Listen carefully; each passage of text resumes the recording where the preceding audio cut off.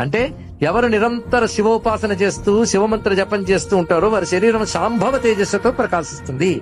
ఆ శాంభవ దీక్షతో ప్రకాశించే శరీరం బాధించడానికి వచ్చే శత్రువులకి జ్వలిస్తున్న అగ్నిజ్వాల్లా కనబడుతుంది.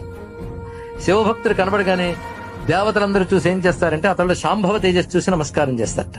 అందులో దేవతల్లో ఒకడు యముడు దక్షిణ వైపు ఉంటాడు. వాడు మాత్రం ఒక నమస్కారం చేసి గుండెలో పట్టుకుంటాడు కాస్త. అంటే కొట్టిన దెబ్బ గుర్తొస్తుంది దానికి. ఇక్కడ ఒక్కసారి శివ నీ వాడని అంటే వాడు ఇంకా యముడు వాడు కాడు. ఇది తెలుసుకోవాల్సినది. త్వమస్మాకం, నేను నీవాడిని నువ్వు నావాడివి. ఇది ఒకటే మంత్రం అండి. మన శివుడి వాళ్ళం, శివుడు మనవాడు. అది అన్నాక ఇంకా లోకంతో భయమే ఉందండి. కానీ అన్నిటికంటే గొప్ప తెలివి ఏంటంటే ఈశ్వరుణ్ణి ఆశ్రయించాలన్న బుద్ధి ఒక్కటుంటే సర్వశాస్త్ర సారములు తెలిసినట్లే. కనుక మన పిల్లలకి భగవంతుడిని ఆశ్రయించే లక్షణం ఉందా లేదా అని తెలిస్తే తల్లిదండ్రులు హాయిగా బతికి వచ్చండి. ఇంకా వాడి బతుకు పరమేశ్వరుడు చూసుకుంటాడు.